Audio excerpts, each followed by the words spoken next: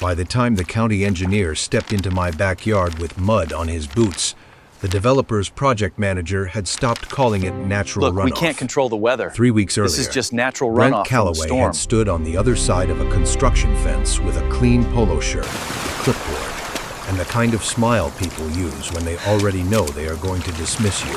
He told me, the brown water pouring into my yard was just part of living downhill, he told me. Rainwater always finds the lowest point. He told me I should consider upgrading my own drainage. I need this in writing. But there was one problem. My yard had never flooded before his assessment. bulldozers arrived.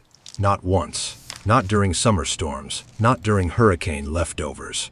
Not during the kind of spring rain that turns every street gutter into a creek. The data confirms the runoff Then is his being company bought the redirected toward empty your land property, behind my contrary house, to the natural stripped the flow shown trees, here. That regraded explains the the slope, saturation near the and foundation. dug a trench that pointed straight at my backyard. The first heavy rain came on a Tuesday night. By midnight, my lawn looked like a construction pond. Muddy water rushed through a gap under the temporary silt fence, carried gravel and clay across my grass, drowned my vegetable beds, exposed the roots of my privacy trees, and slammed against the basement door hard enough to wake me from sleep. By morning, the lower wall of my basement was damp.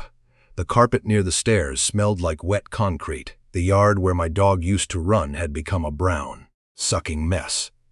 When I called the emergency number on the developer's sign, Brent showed up, looked at the damage, and said it was unfortunate. Not illegal, not their fault, unfortunate. Then he said something I never forgot: water moves where water wants to move. He said it like nature had done this. But nature had not dug that trench. Nature had not scraped the land bare.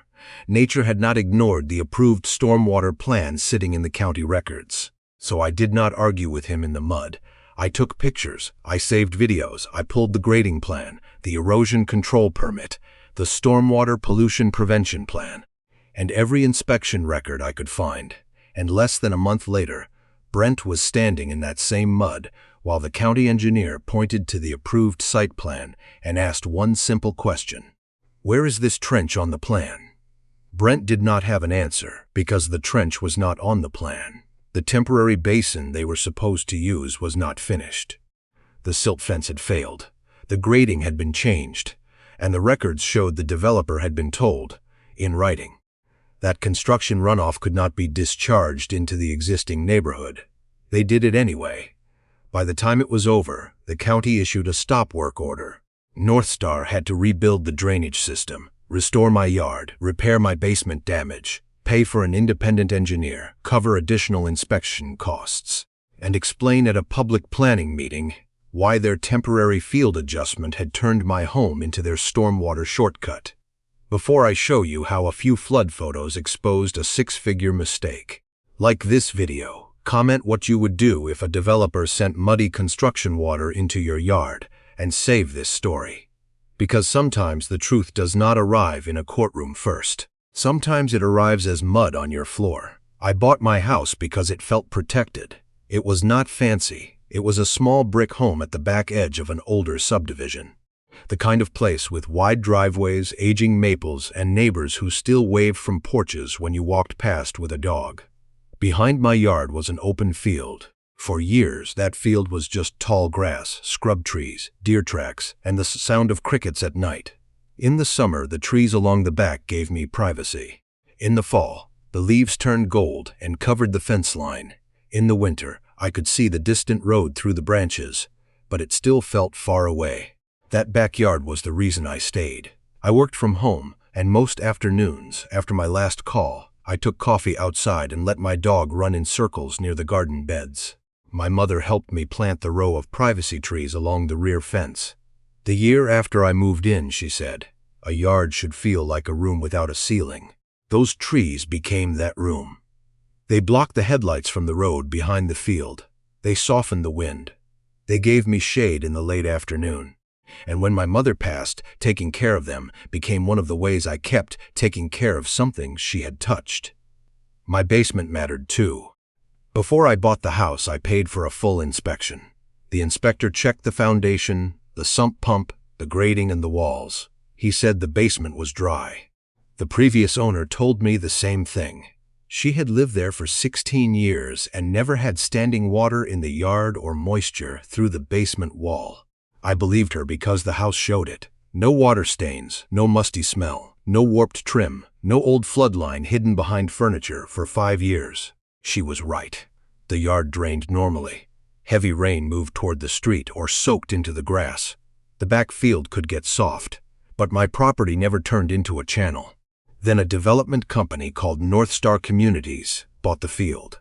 The postcard arrived first. It announced a new subdivision with upscale family homes, walkable green space, and modern stormwater management.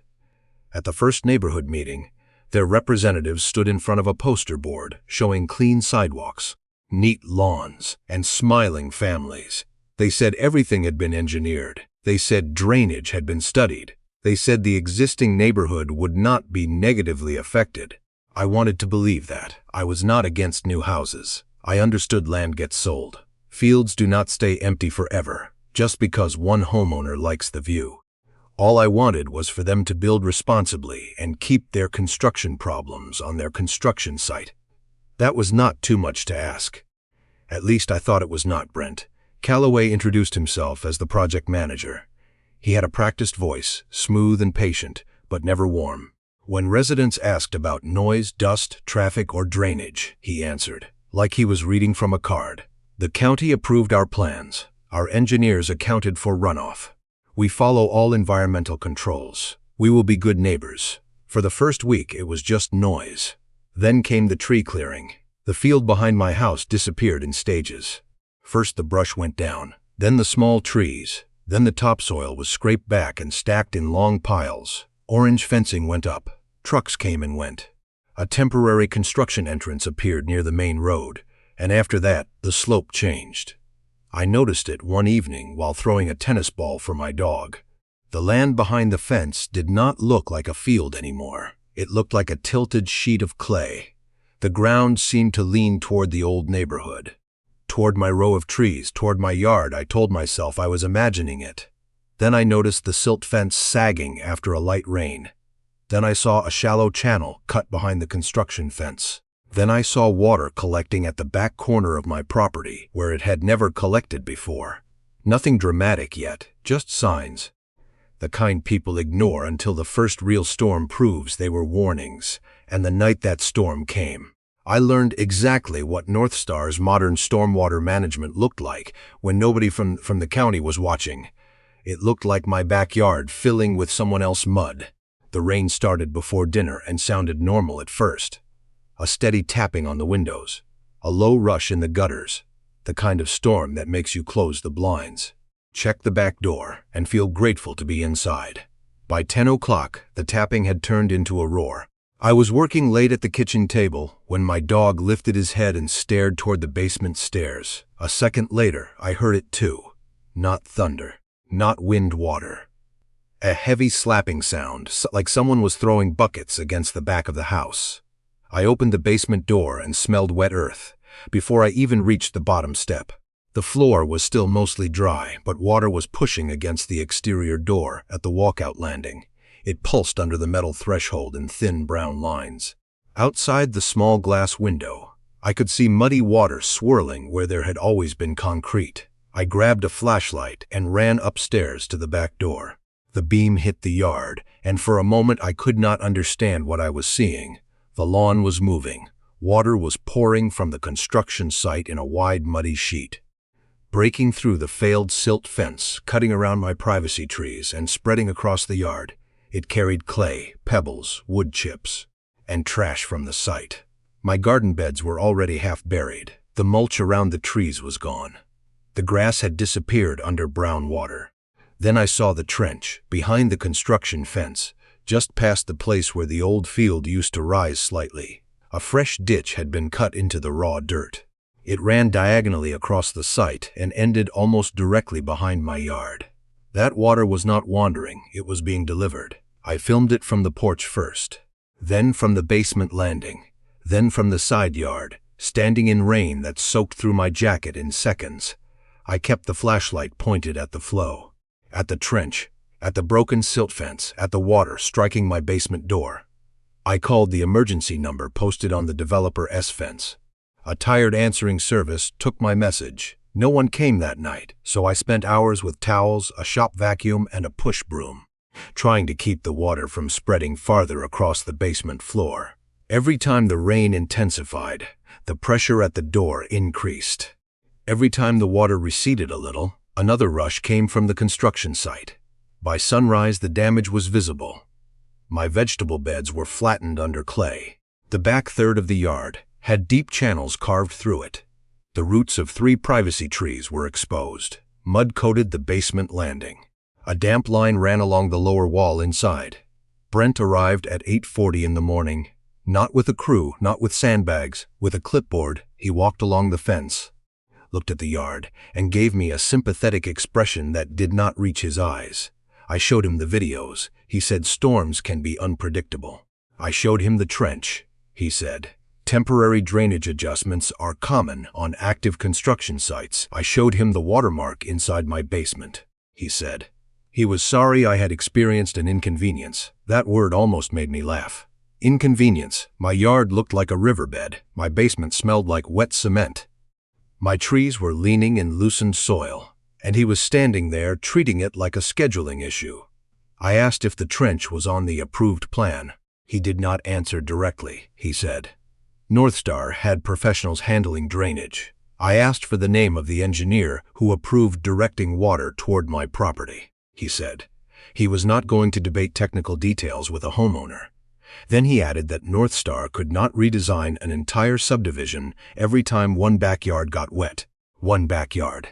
That was what he called my home, not the basement I had spent half the night trying to keep dry, not the trees my mother helped me plant, not the yard that had been stable for years before his machines showed up, just one backyard. And after that he said the sentence that changed the way I handled everything. If your property sits downhill, some runoff is your responsibility. He wanted me to accept the water as natural. He wanted me to feel embarrassed for not understanding construction. He wanted me to pay for the damage quietly, because fighting a developer felt too big. But as he stood there, I noticed something behind him. The trench was still flowing, even after the rain had slowed, even after the rest of the site had started draining. That ditch kept feeding water toward my fence. That was not a storm problem. That was a design problem, or worse, a shortcut, I told Brent. I wanted his response in writing. His expression changed for half a second. Then he said he would email me, and he did. That afternoon, he wrote that the flooding appeared to be caused by natural runoff during an unusually heavy rain event, and that Northstar would continue monitoring temporary field conditions as construction progressed. Temporary field conditions. I read those words 3 times. Then I created a folder on my laptop and named it Northstar Flooding, because Brent had just given me the first thing every developer hates in a dispute. A written statement they could not take back. I did not go back to the fence and yell. I did not block the construction entrance. I did not post a furious video online and hope strangers would solve it for me. I started documenting first. I copied every video from that night into 3 places. My laptop, an external drive, and cloud storage. I labeled each clip by time and location. Basement door, back porch, side yard, construction trench, failed silt fence, tree line runoff. Then I photographed the damage in daylight. Wide shots showed the direction of the flow. Close-ups showed clay on the basement threshold, exposed roots, buried garden beds, mud lines on the siding, and the trail of gravel that had washed from the construction site into my grass. I placed a yardstick beside the erosion cuts so the depth would show clearly. I saved the weather report from that night, including the rainfall total, because I knew Brent would try to make the storm sound historic. It was heavy. It was not historic. Next, I pulled out my home inspection report from when I bought the house. Dry basement, proper grading, no evidence of water intrusion. I found old photos from birthday parties, cookouts, and ordinary afternoons in the backyard. In all of them, the same area behind the house was green, level, and dry. Then I called my insurance company. The adjuster was polite but cautious. She told me they could inspect the damage, but if the water came from altered grading or construction runoff, the source would matter. I would need evidence showing where the water originated. And what changed? So I went to the county website. That was where Brent's story began to fall apart. North Star's approved documents were public. It took patience to find them, but they were there. Grading plans, stormwater notes, erosion control details, inspection logs, and the construction sequence. The approved plan did not send water toward my yard. The plan showed runoff moving into a temporary sediment basin on the east side of the site before discharge into an approved drainage channel. The notes were clear. Perimeter controls had to be maintained, disturbed areas had to be stabilized, and runoff could not be discharged onto adjacent residential lots. I stared at that sentence for a long time. Runoff could not be discharged onto adjacent residential lots. My house was an adjacent residential lot. My yard was where the runoff had gone. Then I looked at the construction sequence. The temporary sediment basin was supposed to be installed and functional before major grading began in the rear section of the site. But in my photos, the basin area was still unfinished. There was no visible outlet control, no stabilized channel, no completed structure handling the water. Instead, there was the trench, a raw dirt trench cut across the slope pointed at the old neighborhood. I sent Brent one email. No emotion, no insults. I attached still images from the videos, the county plan sheet, and the stormwater note. I asked him to identify where the trench appeared on the approved grading plan, and to provide the permit or field authorization allowing stormwater to be directed toward my property. He replied the next morning. His answer was careful, but not careful enough. He wrote that the trench was a temporary field adjustment made to manage active site conditions, and that final drainage would conform to the approved plan once later phases were complete. Temporary field adjustment. There it was again, only stronger. He was admitting the current condition did not match the final approved plan. He was asking me to live with flooding now because someday maybe they would fix the system. I forwarded everything to an independent drainage engineer named Marissa Hale. She visited 2 days later. Marissa did not talk much while she worked. She walked the fence line, checked the slope with a hand level, photographed the trench, examined the broken silt fence, and compared the site to the county plan on her tablet. When she finished, she looked toward the construction site and said, "This is not natural runoff." I asked her what it was. She said, "It is redirected runoff." That phrase made the whole situation feel different. Natural runoff was Brent's shield. Redirected runoff was a liability. Marissa wrote a preliminary memo explaining that the developer's field grading appeared to concentrate flow toward my property, that erosion controls were failing, and that the temporary basin shown on the approved plan did not appear to be functioning before rear site grading began. She recommended immediate county inspection, so I filed a complaint with code enforcement and the county engineering department. I uploaded everything in one organized file. The videos, the photos, Brent's emails, the county plan sheets, and Marissa's memo. Then I waited, not quietly, carefully, because rain was in the forecast again. And this time, if water came through that trench, I wanted every second of it recorded. The second storm was smaller than the first. That made it more useful. Brent could blame a flood on extreme weather once. He could call the first night unusual. He could shrug and say nobody designs for every storm. But the second rain was ordinary. Half an inch in the early evening, another quarter inch after midnight, enough to wet the street and fill gutters, but not enough to flood a healthy yard. My backyard flooded anyway. This time I had cameras ready. One camera faced the basement door, one faced the fence line. My phone recorded from the porch. The footage showed the same pattern: clean rain falling from the sky, muddy water arriving from the construction site, then a concentrated flow pushing through the weak spot under the silt fence. I sent the new clips to Marissa before breakfast. By noon, she had found the detail that turned my complaint into something bigger in the county's approval comments. The reviewing engineer had written that North Star's grading must not increase runoff volume or concentrate discharge toward the existing subdivision to the west. To the west, that was us, the old neighborhood, my street, my backyard. That note was not buried in legal language, it was direct. The developer had been told not to do the exact thing the trench was doing. Marissa also noticed that the approved plan required a stabilized construction swale to direct water away from the residential lots until the permanent system was complete. What Northstar had built was not stabilized. It was bare soil. It had no lining, no check dams, no rock apron, no protected outlet, just a cut in the mud. And that cut ended near my fence. The legal turn did not come from anger. It came from comparison. Approved plan versus actual site. Required basin versus unfinished basin.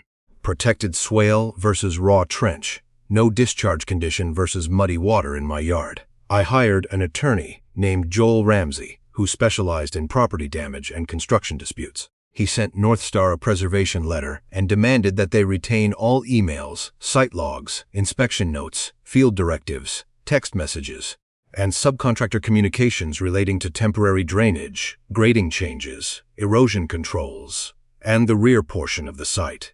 Then he sent Brent a shorter question. Who authorized the temporary field adjustment? Brent did not answer. Northstar's corporate office answered. Instead, their letter said, the company denied liability, remained committed to best practices, and believed the recent rain events had exceeded ordinary expectations for disturbed soil conditions. Joel read that sentence over the phone and said, "They are trying to sound technical because the facts are simple."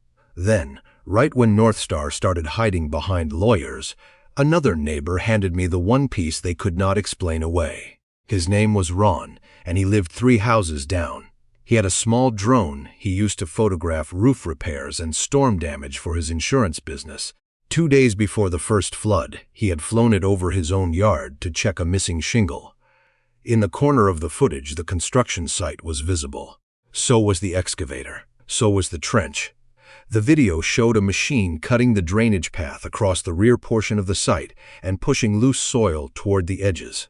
It also showed that the sediment basin area was incomplete at the time. Ron sent me the file. I sent it to Joel. Joel sent it to Northstar after that. Brent stopped emailing me directly. That told me more than any apology would have. The next message came from a company lawyer, asking for a site meeting with the county present. But they were too late to control the story. The county engineer had already scheduled an inspection. Marissa had already submitted her memo. The drone footage had already shown the trench being created before the storm, and Brent's own words had already named it for us, a temporary field adjustment. He probably thought that phrase sounded harmless, but when a field adjustment sends construction runoff into someone's basement, it stops sounding temporary. It starts sounding like the reason everybody needs a lawyer. The county inspection happened on a gray morning, with rain still hanging in the air. Brent arrived first with a site supervisor and a Northstar attorney. He was dressed differently this time. No sunglasses, no easy smile, no clipboard held like a shield. He stood near the construction gate and watched the county engineer step out of his truck. The engineer's name was Paul Serrano. He did not waste time. He asked for the approved grading plan, the current erosion control layout, the inspection logs, and any field revision authorizing the trench behind the existing homes. Northstar's attorney said they were gathering documents. Paul said he would start with what was already approved. We walked the rear fence line together. Paul, the code enforcement officer, Marissa, Joel, Brent, the site supervisor, and me. It felt strange to see so many people studying the place where I had once thrown tennis balls for my dog. Paul looked at the trench first. He followed it from the graded slope down toward my fence. He crouched near the failed silt barrier, pushed the fabric with one gloved hand, and watched muddy water seep through the bottom edge, even though it had not rained hard that morning. Then he opened the approved plan. The trench was not there. He turned to Brent. "Show me where this appears on the approved drainage plan." Brent said, "It was temporary." Paul repeated the question. Brent looked at the site supervisor. The supervisor said, "The field crew had made an adjustment to keep water from ponding near the work area." Paul asked whether that adjustment had been submitted for review. No one answered quickly enough. That was an answer by itself. Then Paul walked to the unfinished basin area on the east side of the site. It was supposed to receive runoff before major rear grading. Instead, it was half-shaped clay with equipment tracks through the bottom and no functional outlet. He photographed it from 3 angles.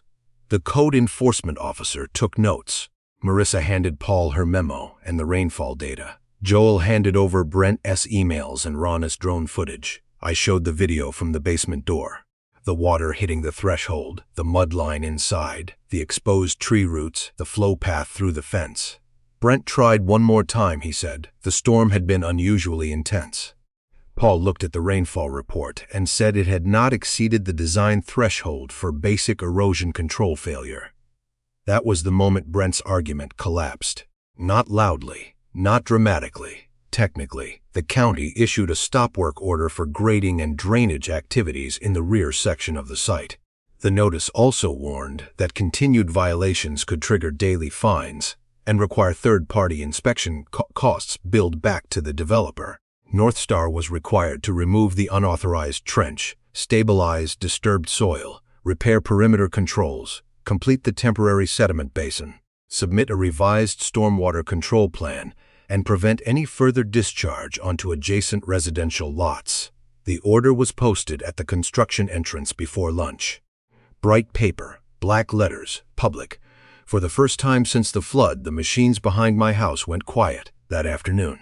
Northstar, attorney asked Joel, whether I would consider resolving the matter privately before the next planning board meeting.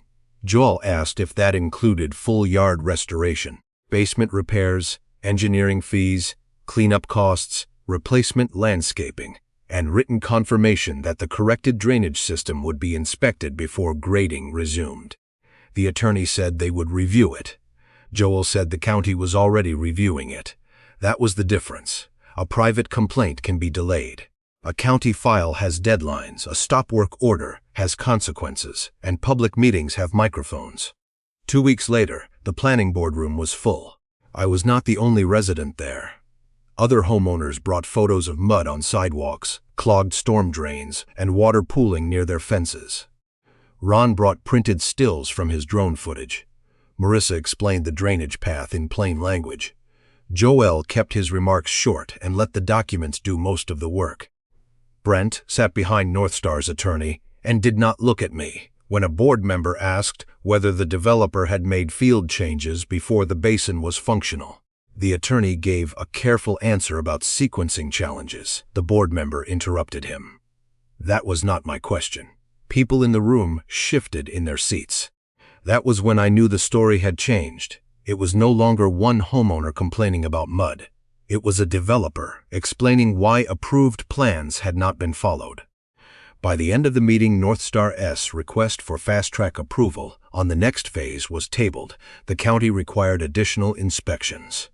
Their civil engineer had to submit corrective drawings, and the rear section of the project stayed frozen until stormwater controls passed review.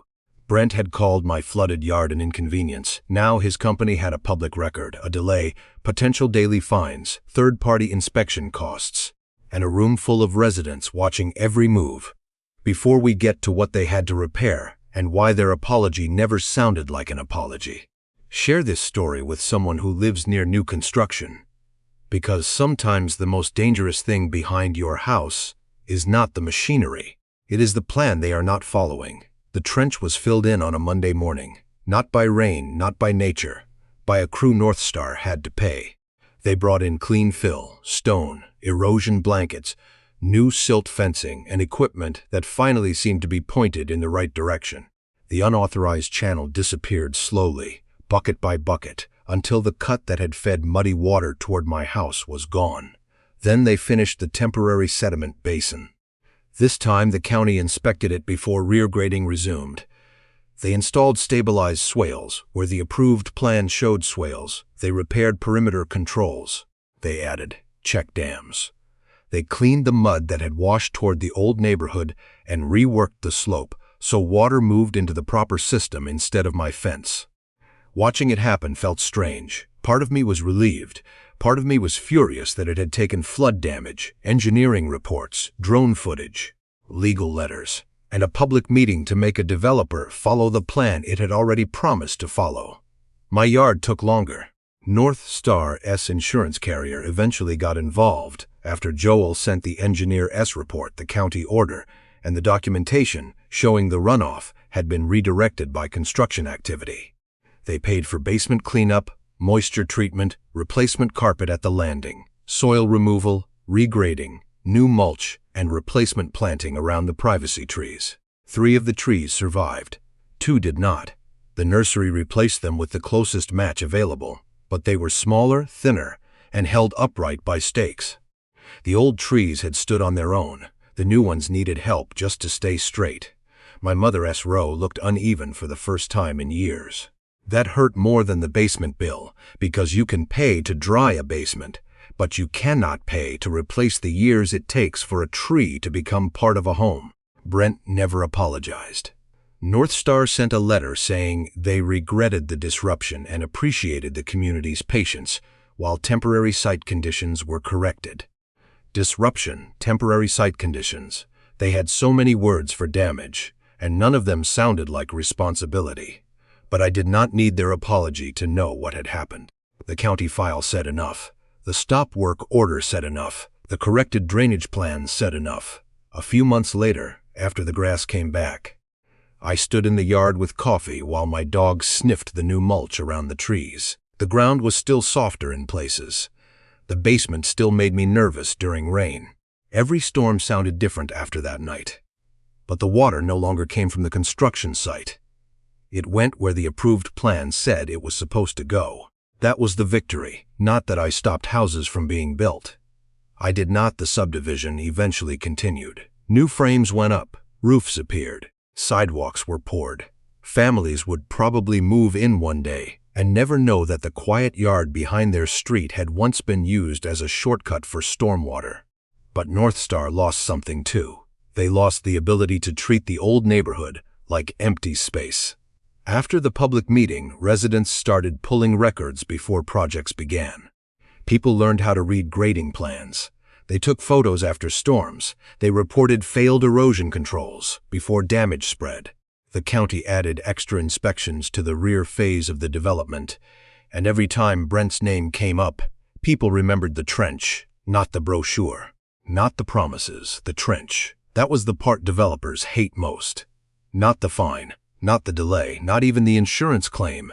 They hate when homeowners learn where the records are. Because once ordinary people start checking plans, phrases like natural runoff and temporary adjustment stop sounding like explanations. They start sounding like excuses. So if construction starts behind your home and your yard suddenly changes, do not let anyone shame you for asking questions. Take pictures before the storm. Record during the storm. Save the emails. Pull the grading plan. Check the permits. Ask where the water is supposed to go. And if someone tells you water moves where water wants to move, remember this. On a construction site, water often moves where somebody graded the land to send it, and the plan will show whether they were allowed to send it there. If this story helped you see construction damage differently, like this video. Comment whether you have ever dealt with runoff, erosion, or a developer who refused to listen. And share it with someone who lives near an active construction site. I did not stop North Star's project because I hated development. I stopped their shortcut because my backyard was never supposed to be their drainage plan.